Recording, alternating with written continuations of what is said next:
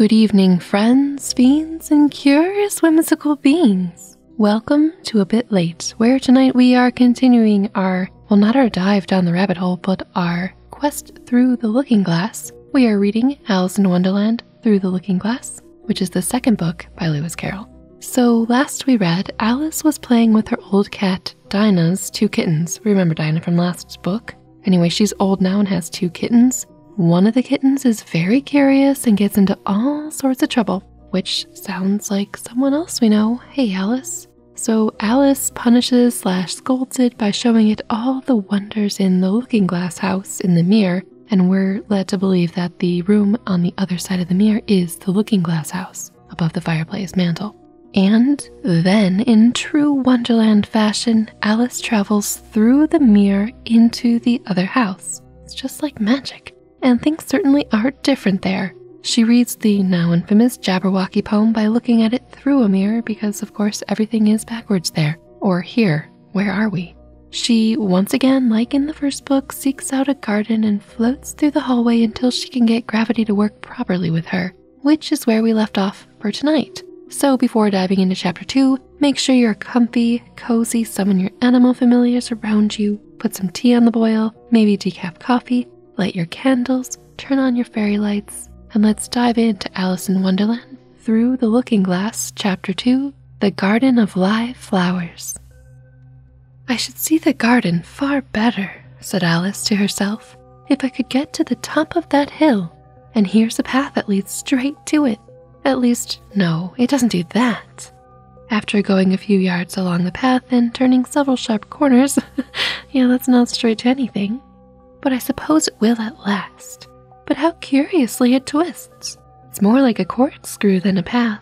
Well, this turn goes to the hill, I suppose. No, it doesn't. This goes straight back to the house.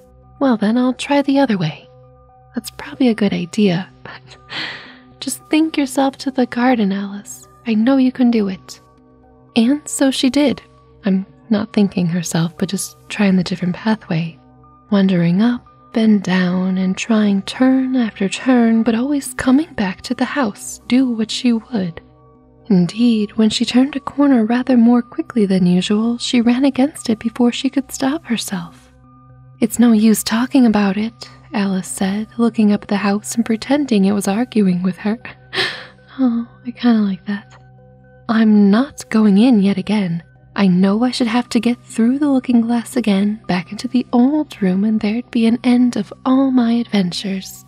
She's resolutely not going home. She is on this adventure. She's in it to win it. So, resolutely turning her back upon the house, she set out once more down the path, determined to keep straight on till she got to the hill. For a few minutes, all went on well, and she was just saying, I really shall do it this time, when the path gave a sudden twist and shook itself, as she described it afterwards, and the next moment she found herself actually walking in at the door. Oh, it's too bad, she cried. I never saw such a house for getting in the way, never. However, there was the hill full in sight, so there was nothing to be done but start again. I do love her determination. This time she came upon a large flower bed with a border of daisies and a willow tree growing in the middle. Oh, Tiger Lily, said Alice, addressing herself to one that was waving gracefully about in the wind, I wish you could talk. We can talk, said the Tiger Lily, when there's anybody worth talking to. My, it's like the flower garden in the Snow Queen story by Hans Christian Andersen. Alice was so astonished that she could not speak for a minute. It seemed quite to take her breath away. At length, as the Tiger Lily only went on waving about, she spoke again in a timid voice, almost a whisper. And can all the flowers talk? As well as you can, said the Tiger Lily, and a great deal louder. It isn't manners for us to begin, you know, said the Rose. And I really was wondering when you'd speak, said I to myself. Her face has got some sense in it, though it's not a clever one. Oh, burn, Rose. Still, you're the right color, and that goes a long way. What does that even mean? Oh, boy. Okay, I don't care about the color, the tiger lily remarked. If only her petals curled up a little more, she'd be all right. Alice didn't like being criticized, so she began asking questions. Aren't you sometimes frightened at being planted out here with nobody to take care of you? There's the tree in the middle, said the rose. What else is it good for? But what could it do if any danger came? Asked Alice. What danger is she imagining that anybody would be able to help the flower beds out of? Oh no, here's a freak thunderstorm. Quick, uproot the plants and move them inside? That doesn't make sense. Maybe she knows something I don't. It's highly likely I am not a good plant mom.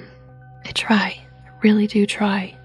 Actually, I've had some success this year, but we're not here to hear about that right now. We're here to hear about the Garden of Live flowers. Anyway, and they're talking about how useful the tree is. It says, "Bow wow," cried a daisy. That's why its branches are called boughs. What? Didn't you know that? Cried another daisy, and here they all began shouting together till the air seemed quite full of little shrill voices. Silence, every one of you, cried the tiger lily, waving itself passionately from side to side and trembling with excitement. They know I can't get at them, it panted, bending its quivering head towards Alice, or they wouldn't dare to do it. Never mind, said Alice in a soothing tone, and stooping down to the daisies who were just beginning again, she whispered, If you don't hold your tongues, I'll pick you. Alice. There was silence in a moment, and several of the pink daisies turned white. That's right, said the tiger lily. The daisies are worst of all. When one speaks, they all begin together, and it's enough to make one wither to hear the way they go on. Really? How is it that you can all talk so nicely? Alice said, hoping to get it into a better temper by a compliment. I've been in many gardens before, but none of the flowers could talk. Put your hand down and feel the ground, said the tiger lily. Then you'll know why. Alice did so. It's very hard, she said, but I don't see what that has to do with it. In most gardens, the tiger lily said, they make the beds too soft so that the flowers are always asleep. Oh, I gotta love that. Oh, sleepy flowers in their too soft beds.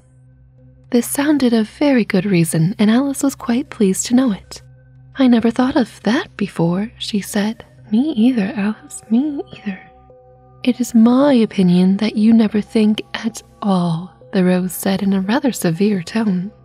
I never saw anybody that looked stupider, said a violet so suddenly that Alice quite jumped, for it hadn't spoken before. Hold your tongue, cried the tiger lily, as if you ever saw anybody. You keep your head under the leaves and snore away there till you know no more what's going on in the world than if you were a bud. Ooh, burn, buddy. Are there more people in the garden besides me? Alice said, not choosing to notice the rose's last remark. There's one other flower in the garden that can move about like you, said the rose. I wonder how you do it. You're always wondering, said the tiger lily, but she's more bushy than you are. Is she like me? Alice asked eagerly, for the thought crossed her mind. There's another girl in the garden somewhere. Well, she has the same awkward shape as you, the rose said, but she's redder and her petals are shorter, I think. Her petals are done up close, almost like a dahlia, the tiger lily interrupted, not tumbled about anyhow like yours. But that's not your fault, the rose added kindly. You're beginning to fade. Oh, ouch!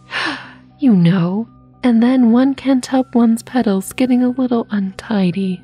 Oh my God, called old and fading by a rose? Oh, the nerve. We don't really know how old Alice is. We know that her cat was old, but I don't know. Fading, really?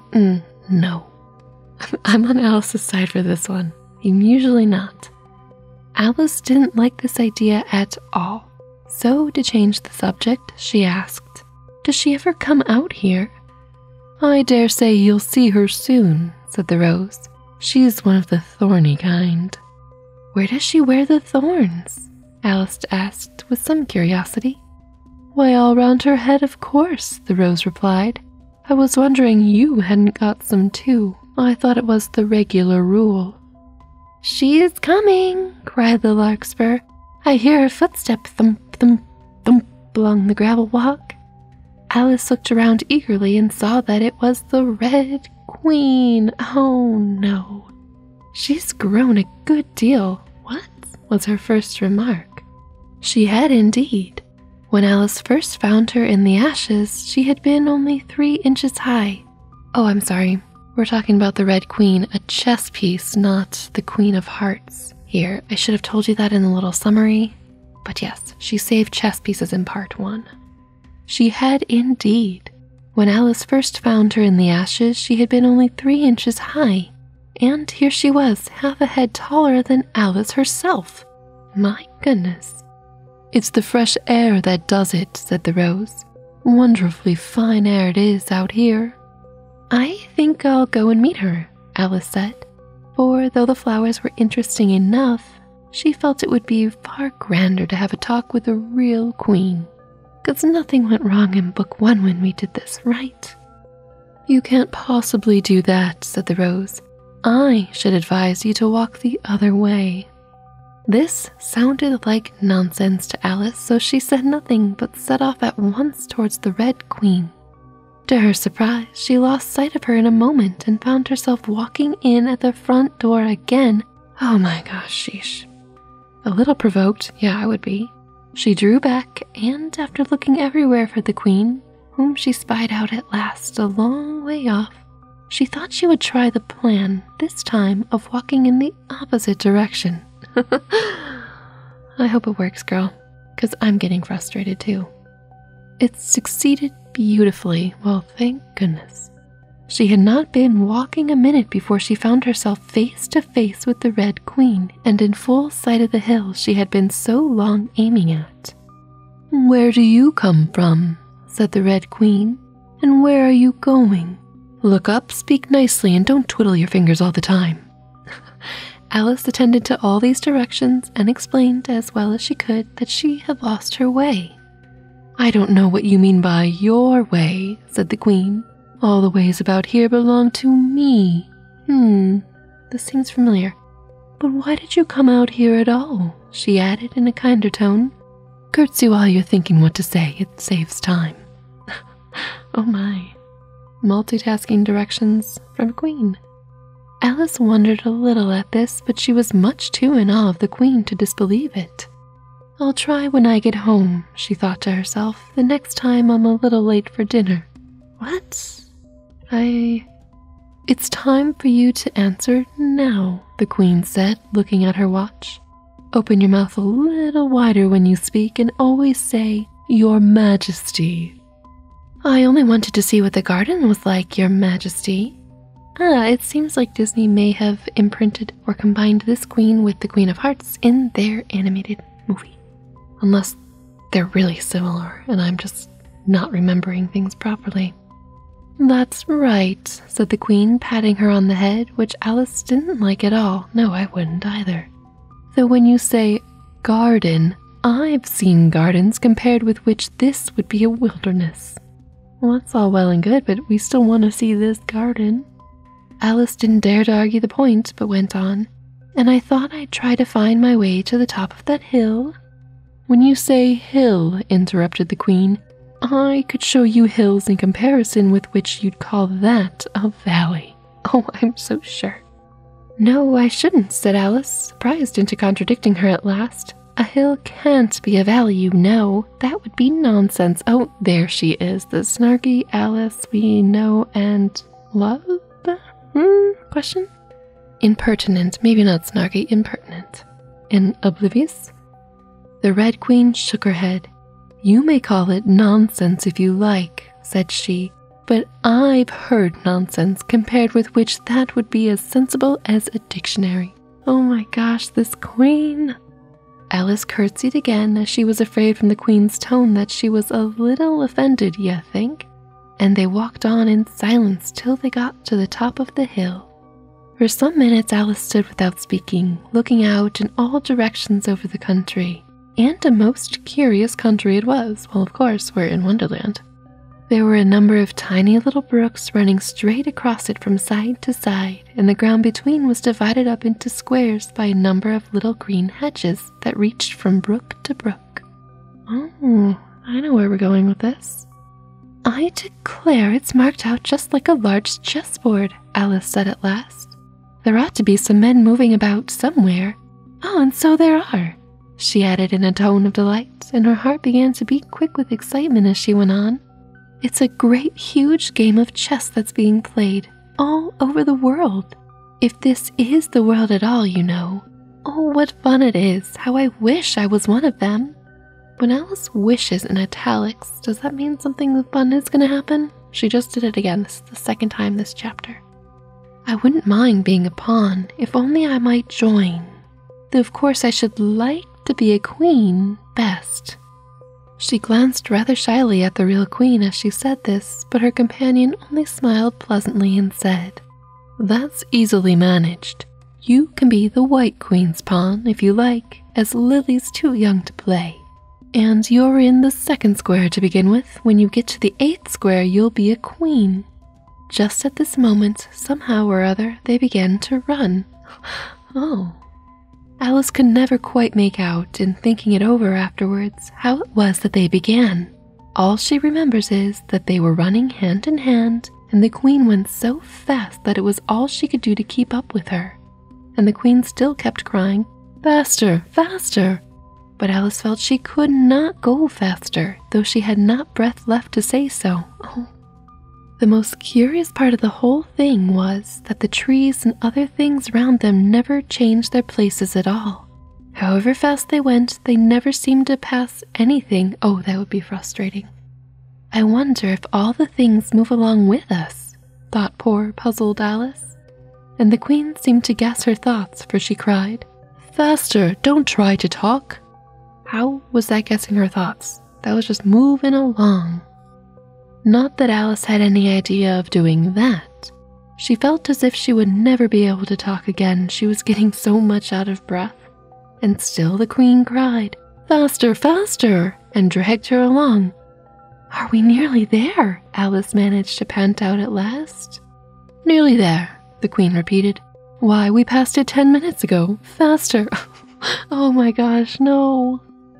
And they ran on for a second time in silence, with the wind whistling in Alice's ear and almost blowing her hair off her head, she fancied. That's fast. That's Mach speed fast, or more, at least.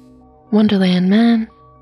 "Now, now," cried the queen, "faster, faster!" And they went so fast that at last they seemed to skim through the air, hardly touching the ground with their feet. Oh, they're flying? They were going so fast they lifted off?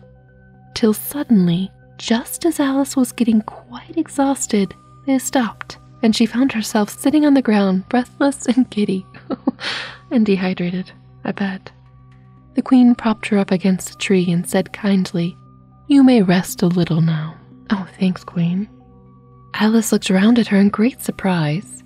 "Why, I do believe we've been under this tree the whole time.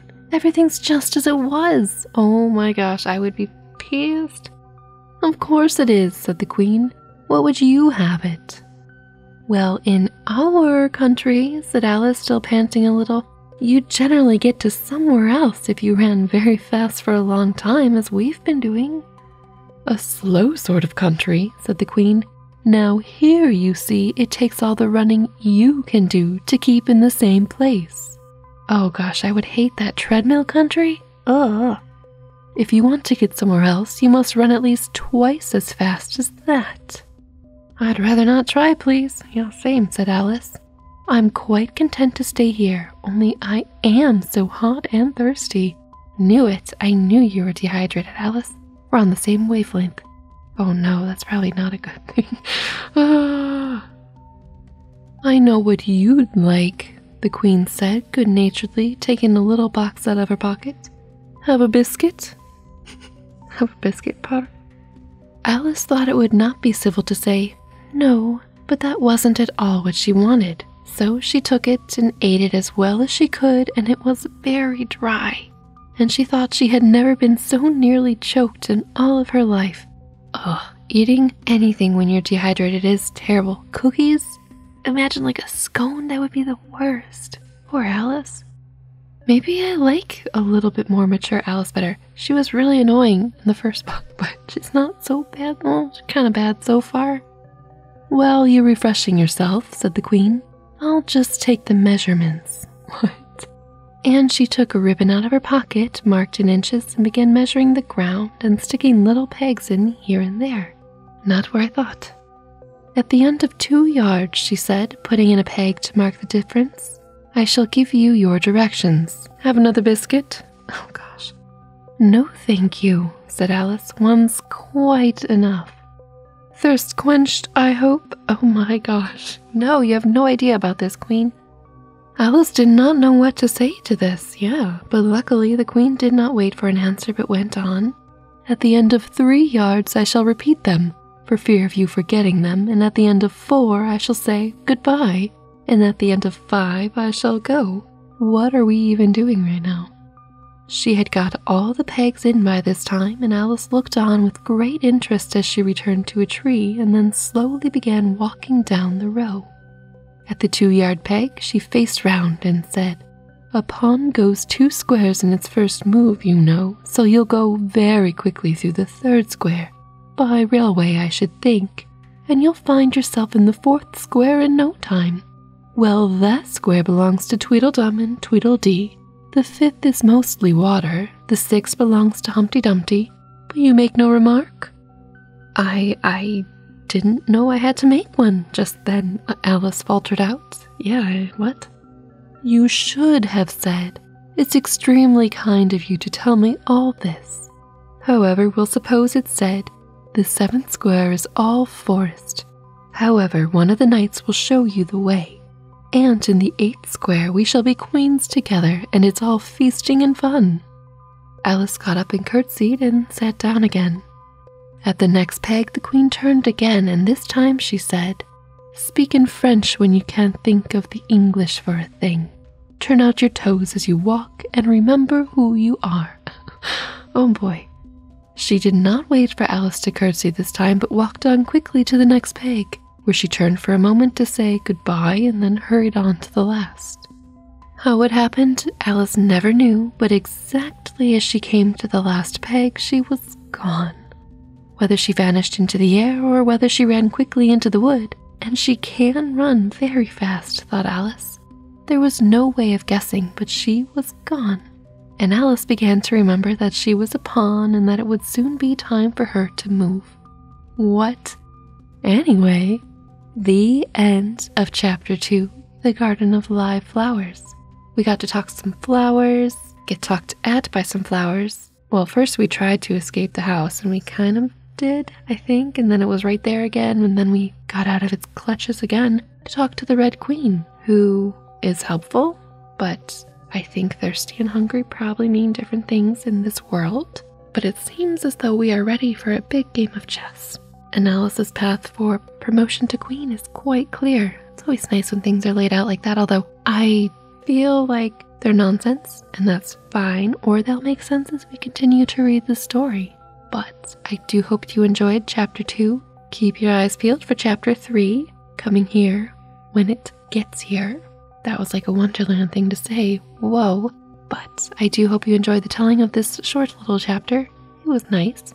And do check out some other videos if you still need a story.